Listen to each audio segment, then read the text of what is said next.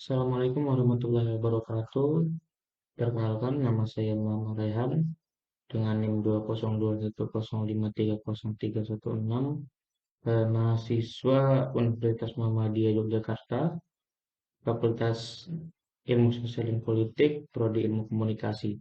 Di sini saya ingin membahas tiga teknik analisis dalam metodologi penelitian kualitatif. Nah, di sini kita akan membahas analisis naratif, framing, lalu analisis semiotika. Di sini kita mulai dengan membahas analisis naratif. Di sini dalam analisis naratif, kita akan membahas beberapa hal, yaitu mengapa analisis naratif itu penting, lalu definisi dari analisis naratif itu sendiri, lalu langkah-langkah analisis naratif. Selanjutnya kita akan membahas keuntungan menggunakan analisis naratif, lalu tantangan dalam menggunakan analisis naratif, lalu kesimpulannya. Kita masuk mengapa analisis naratif itu penting. Analisis naratif adalah sebuah metode penelitian kualitatif yang sangat penting. Dalam penelitian kualitatif, analisis naratif ini digunakan untuk memahami sebuah cerita atau narasi, baik itu mungkin dari orang, film, atau dari buku. Yang penting jika sesuatu itu berbentuk cerita, maka analisis naratif ini bisa dipakai untuk meneliti cerita tersebut gitu. Nah, pentingnya analisis naratif terletak pada kemampuan peneliti untuk memahami pengalaman yang dinarasikan oleh eh, dari objek yang diteliti gitu. Nah, di dalam penelitian kualitatif penting untuk memperoleh pemahaman yang mendalam tentang pengalaman atau cerita dari yang diteliti. Dengan demikian, analisis naratif itu memungkinkan peneliti untuk mendapatkan wawasan yang lebih dalam eh, tentang sesuatu dari yang sedang diteliti gitu. Nah, lanjut, definisi analisis naratif. Definisi analisis naratif adalah metode penelitian kualitatif yang digunakan untuk memahami cerita atau narasi yang diceritakan oleh target penelitian. Dalam analisis naratif, peneliti mencari pola-pola dan tema-tema yang muncul dalam cerita target penelitian. Nah, contoh penggunaan dari analisis naratif dalam penelitian kualitatif adalah ketika peneliti ingin memahami pengalaman seseorang dalam mengatasi suatu masalah. Nah, untuk contohnya sendiri mungkin tidak terbatas pada pengalaman seseorang, karena seperti yang disebutkan di awal, bahwa analisis naratif ini juga bisa digunakan untuk meneliti makna dalam sebuah film atau sebuah buku. Lanjut, untuk langkah-langkah analisis naratif, terdapat beberapa langkah untuk eh, terdapat beberapa langkah yang dilakukan dalam analisis naratif. Pertama, peneliti harus membaca, merekam cerita atau narasi dari target penelitian. Kemudian peneliti harus mengidentifikasi pola-pola dan tema-tema yang muncul. Setelah itu, peneliti harus menafsirkan pola-pola dan tema-tema yang telah diidentifikasi. Nah, peneliti juga harus mempertimbangkan konteks sosial dan budaya dari cerita atau narasi dari target penelitian. Dan untuk yang terakhir, peneliti itu harus menyusun laporan, ya kan sudah pasti kalau meneliti kita harus bikin laporan dari yang diteliti gitu, dan ditulis dengan baik dan jelas.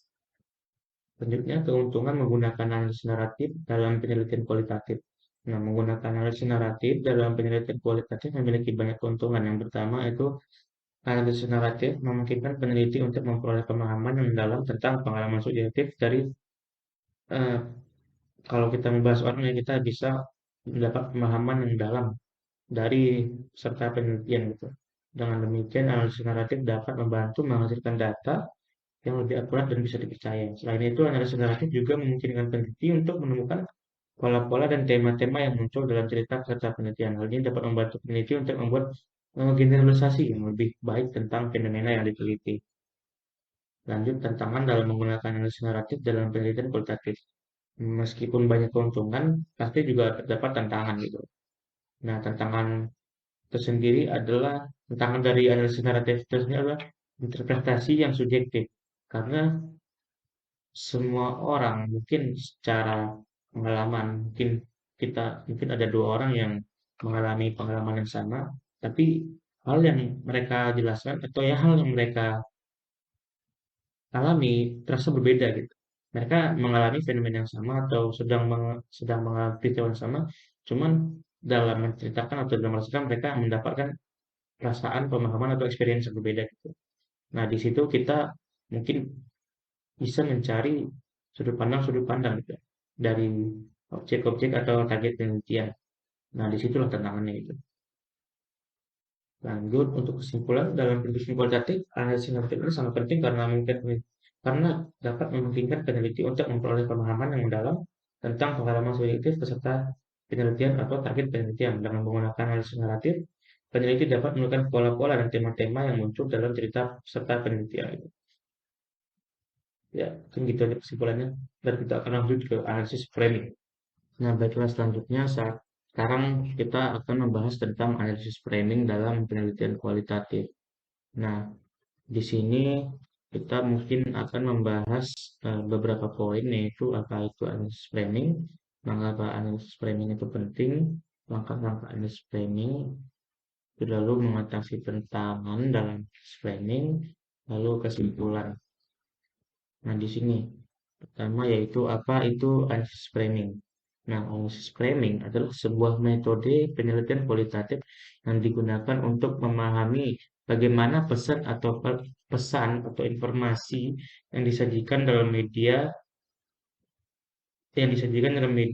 dan dampaknya yang dapat mempengaruhi persepsi atau pandangan orang terhadap suatu topik. Jadi maksudnya ini adalah analisis yang digunakan untuk memahami apa maksud media gitu, apa yang coba dibikin oleh media dalam suatu peristiwa.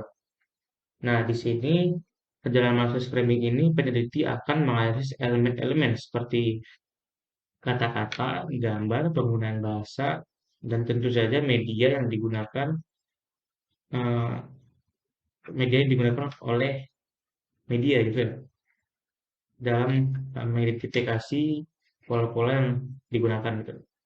Lalu selanjutnya pentingnya analisis framing dalam penelitian kualitatif karena analisis ini dapat membantu peneliti memahami bagaimana pesan itu dibuat atau bagaimana pesan itu dirancang untuk mempengaruhi persepsi dan pandangan orang terhadap suatu topik. Dengan demikian, analisis ini dapat membantu peneliti mendapatkan pemahaman yang lebih komprehensif tentang suatu fenomena dan tentang bagaimana sebuah media itu melihat sebuah fenomena. Lalu lanjut mengapa analisis framing itu penting? Karena ya ini tadi karena eh, analisis ini dapat membantu peneliti tentang bagaimana pesan itu dibentuk dan disajikan dalam media untuk mempengaruhi persepsi dan pandangan orang lain tentang suatu topik. Sebagai contoh, analisis framing ini dapat membantu peneliti memahami isu tertentu yang disajikan media, yang mana isu tersebut bisa bisa diancam oleh media untuk mempengaruhi orang-orang yang melihat dari eh, berita yang dirancang oleh media itu. Gitu. Lanjut, langkah-langkah analisis framing. Langkah-langkah dalam melakukan analisis framing antara lain menentukan topik, lalu kita mengumpulkan sumber-sumber, lalu setelah itu kita membaca dan memahami sumber yang telah dikumpulkan tadi, lalu kita identifikasi pola framingnya, lalu kita susun hasil dari analisis framing kita dalam bentuk sebuah laporan penelitian. Sebagai contoh, jika peneliti berkaitan dengan isu kesehatan, maka langkah-langkah dari analisis framing yang dapat dilakukan adalah pertama kita tentukan topik seperti contohnya stigma terhadap penyakit mental. Lalu kita kumpulkan artikel-artikel jurnal, dokumen kebijakan pemerintah, dan telepon media massa tentang isu mental tersebut. Lalu kita baca sumber tersebut, lalu kita identifikasi lah bagaimana jurnal-jurnal tersebut membentuk atau kebijakan dan liputan-liputan media membentuk persepsi orang dari tentang mental tersebut. Nah, kita teliti dan kita dalami bagaimana media melihat sebuah penyakit mental gitu. Lanjut mengatasi tantangan. Nah, tantangan dalam analisis framing ini sendiri mungkin eh, kita mungkin kesulitan yang pertama itu kesulitan mungkin susah untuk mencari sumber yang tepat. Lalu kedua mungkin kita ada beberapa saat mungkin kita sulit memahami bahasa atau konteks yang digunakan dalam sumber tersebut. Lalu kesulitan ketiga biasanya peneliti itu bingung gitu pola framing yang digunakan dalam sumber-sumber tersebut. Nah, untuk mengatasinya mungkin bisa diatasi dengan memperbanyak membaca literatur dan jurnal-jurnal sebelumnya yang membahas tentang hal tersebut gitu. Lanjut di sini ada kesimpulan. Nah, kesimpulan dari analisis framing kali ini yaitu analisis framing merupakan sebuah metode yang digunakan dalam penelitian kualitatif yang digunakan untuk memahami bagaimana pesan atau informasi itu disajikan dalam media untuk mempengaruhi persepsi orang-orang terhadap suatu topik. Nah, dalam melakukan framing, kita perlu memilih sumber yang tepat, mengidentifikasi pola-pola yang digunakan, dan selanjutnya kita susun. Ya, mungkin gitu saja tentang analisis framing. Kita akan lanjut ke analisis semiotika. Untuk di sini kita akan masuk ke materi ketiga yaitu analisis semiotika. Di sini kita akan mengatas pengembangan analisis semiotika, apa itu signifier dan signified, apa itu language dan parol, lalu ahli semiotika terkenal, lalu contoh analisis semiotikanya, lalu kita masuk ke kesimpulan. Nah, di sini materi analisis semiotika. Analisis semiotika adalah studi tentang tanda-tanda atau metode analisis yang menggunakan tanda-tanda dan makna yang terkandung di dalamnya. Konsep dasar analisis semiotika meliputi signifier. Signifier yaitu penanda dan signified yang ditandakan. Kita ada language, bahasa, dan parol, penggunaan bahasa. Nah, memahami konsep-konsep ini penting karena kita hidup dalam dunia yang dipenuhi oleh tanda-tanda. Kita hidup di dunia yang dipenuhi oleh tanda-tanda dan juga makna. Nah, dalam kehidupan sehari-hari kita sering menggunakan tanda-tanda untuk berkomunikasi dengan orang lain. Misalnya, lambang stop pada lampu lalu lintas menandakan bahwa kita harus berhenti. Lambang stop di sini maksudnya lampu merah. Nah, namun makna dari tanda tersebut tidaklah universal dan dapat berbeda-beda tergantung konteks dan budaya. Nah, oleh karena itu, kita perlu memahami analisis semiotika dan analisis semiotika ini dapat membantu kita untuk lebih memahami cara cara kerja dari tanda-tanda dan makna yang ada di dalamnya. Kita lanjut ke signifier atau signified. Nah, signifier itu adalah penanda atau aspek fisik dari suatu konsep atau objek. Nah, sedangkan signified adalah konsep objek yang direpresentasikan. Nah, ya, signified itu adalah konsep yang direpresentasikan atau aspek mentalnya. Contoh sederhana itu adalah kata meja. Nah, signifier dari kata tersebut adalah bunyi atau bentuk hurufnya, sedangkan signified adalah objek meja itu sendiri. Jadi kata kata meja itu signifier. Nah, sedangkan bentuk dari meja, bentuk dari benda berkaki empat yang ditaruh untuk meletakkan sesuatu itu meja disebut sebagai signified. Nah, namun penting untuk diingat bahwa hubungan antara signified dan signified ini tidak tetap atau universal. Misalnya dalam bahasa Inggris kata dog digunakan untuk merujuk pada hewan peliharaan berkaki empat. Sedangkan dalam bahasa Indonesia kata anjing yang merujuk pada hewan berkaki empat yang menggonggong itu kan. Nah, oleh karena itu kita perlu memahami perbedaan antara signifier dan signified. Karena itu dapat membantu kita untuk lebih memahami bagaimana tanda-tanda bekerja dalam bahasa dan budaya yang berbeda. Selanjutnya adalah lang dan parol. Lang adalah sistem bahasa atau aturan-aturan yang menggunakan atau aturan-aturan yang mengatur penggunaan tanda-tanda dalam suatu bahasa. Sedangkan parol adalah bentuk penggunaannya yang tidak terbatas dalam praktik sehari-hari. Contoh sederhana dari lang dan parol ini adalah ketika kita mempelajari bahasa baru, kita belajar tentang struktur kalimat. Lalu untuk penggunaan dari kalimat-kalimat untuk berbicara, contohnya untuk berbicara ya, penggunaan kalimat itu adalah parolnya gitu. Dan contoh lain seperti yang pernah saya pelajari bahwa lang adalah bendera kuning.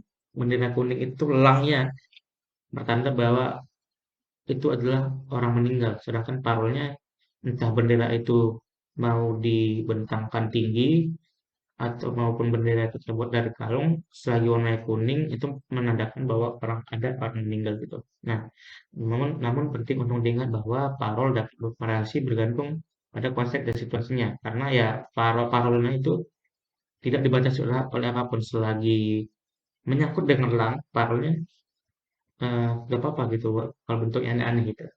Misalnya kalau cara kita berbicara dengan teman dekat akan berbeda dengan cara kita berbicara dengan atasan di tempat kerja.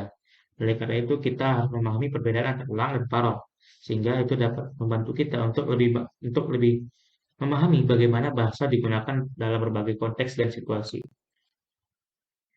Kita lanjut kalau ada ahli semiotika terkenal. Beberapa ahli semiotika terkenal adalah Ferdinand de Saussure, Roland Barthes, dan Umberto Eco. Ferdinand Saussure dikenal sebagai bapak ahli semiotika modern dan yang memperkenalkan konsep langue dan parol.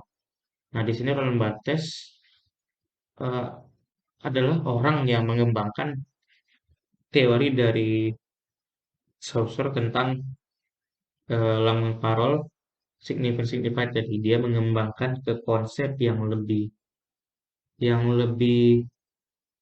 mudah dipahami. Namun di sini saya lupa taruh di PPT. Lalu kita lanjut ke contoh analisis dari semiotika. Nah, salah satu contoh analisis semiotika adalah ketika kita menganalisis sebuah iklan. Dalam iklan tersebut terdapat berbagai tanda dan gambar serta warna. Signifier dari tanda-tanda tersebut adalah gambar, kata-kata dan warna itu sendiri, dan juga kata-kata dan warna dari apa yang ditampilkan itu sendiri. Sedangkan signifiednya adalah produk atau jasa yang diiklankan. Nah, namun penting untuk diingat bahwa makna dari tanda-tanda tersebut tidaklah tetap atau universal.